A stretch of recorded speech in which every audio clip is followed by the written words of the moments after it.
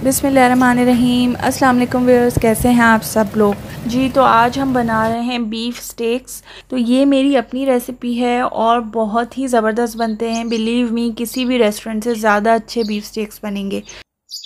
Video अच्छी लगे तो लाइक का बटन ज़रूर दबाइए और अगर पहली दफ़ा आए हैं तो ये सब्सक्राइब का बटन में दबाना मत भूलिएगा और उसके साथ ही जो घंटी का निशान है इसको लाजमी प्रेस करें ताकि मेरी हर नई वीडियो बिल्कुल फ्री में सबसे पहले आपको मिले। तो चलिए अब हम रेसिपी स्टार्ट करते हैं। तो हमने इसके लिए गोश्त जो लेना है वो सही होना चाहिए, अंडर कट का यानी बोंग का गोश्त इस्तेमाल करेंगे।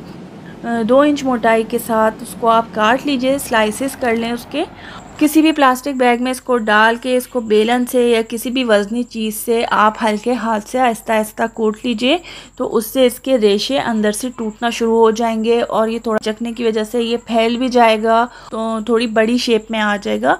तो इस तरह से इसके आपने पार्चे बना लेने हैं यानी फिलेट्स तैयार कर लेने हैं। ½ kg के करीब गोश्त लिया है और इसके 3 दरमियाने साइज़ के स्टेक्स बन गए थे मेरे पास। अब हम इसका मैरिनेशन सॉस तैयार करेंगे। तो मैरिनेशन सॉस तैयार करने के लिए कोई भी एक बाउल ले लीजिए जिसमें ये जो हमने स्टेक्स तैयार करके रखे हुए हैं ये इजीली आ जाए और मोड़ना तोड़ना ना पड़े इनको। तो एक बाउल ले लिया है, उसमें अदरक लहसुन का पेस्ट ऐड किया है मैंने 2 खाने की चम्मच।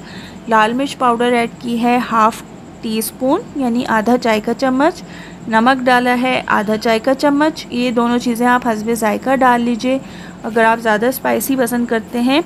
सोया सॉस ऐड करेंगे 4 से 5 खाने के चमचे। वॉर्चेस्टर सॉस की जगह अगर आप सोया सॉस इस्तेमाल कर लेते हैं तो उसमें कोई मुज़ायका नहीं है, ऑलमोस्ट एक जैसा ही टेस्ट होता है। सिरका ऐड करेंगे 3 खाने के चम्मच। सिरका ज़रूर ऐड करें, सिरके की ही वजह से स्टेक्स नरम बनते हैं।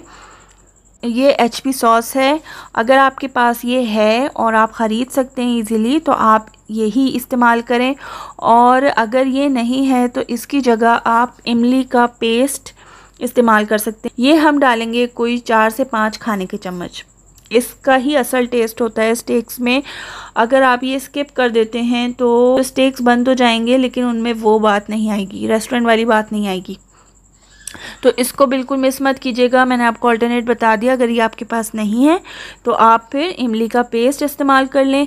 इमली का पेस्ट हमें कैसे बनाना है, इमली को आप आधा कप इमली को आप थोड़ा से पानी में भिगो दें और जब वो अच्छी तरह से सॉफ्ट हो जाए तो उसको मल के और छान लीजिए, उसमें से बीज वगैरह निकाल दें और उसका जो पल्प होगा वो आपने इसमें डालना है 3 से 4 खाने के चम्मच। उसके बाद हम इसमें डालेंगे मस्टर्ड पेस्ट।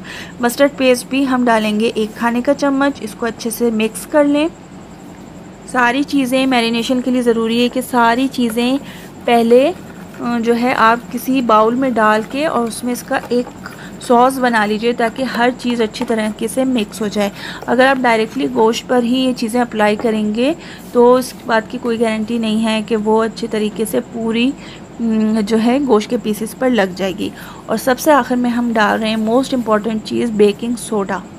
बेकिंग सोडा हम डाल रहे हैं 1 चाय का चम्मच भर के, और ये डालते ही आपको नज़र आ रहा होगा कि इसमें कितने झाग बन गए हैं। ये ब्लीचिंग एजेंट है और सिरका हमने इसमें पहले से डाला हुआ था, उसकी वजह से ये बहुत इसमें बबल्स बनना शुरू हो गए हैं और स्पार्कलिंग सा हो गया है और इसकी वजह से स्टेक्स बहुत अच्छी तरह से नरम हो जाएंगे। तो अब हम वो एक एक करके हम इसमें डालते जाएंगे। इसको दोनों साइड से अच्छी तरह से कोट कर लीजिए मैरिनेशन में, और इसी मैरिनेशन के बाउल में मैं इसको छोड़ दूंगी। इसको बारी बारी गोश्त के हर पीस में इस तरह से सॉस अप्लाई कर दीजिए ताकि उसमें हर पीस में अच्छी तरह से लग जाए। और जब सारे पीसेस में लग जाए तो इसी बाउल में आप सारे पीसेस रखिए और इसको मैरिनेशन के लिए छोड़ दीजिए 4 से 5 घंटे के लिए।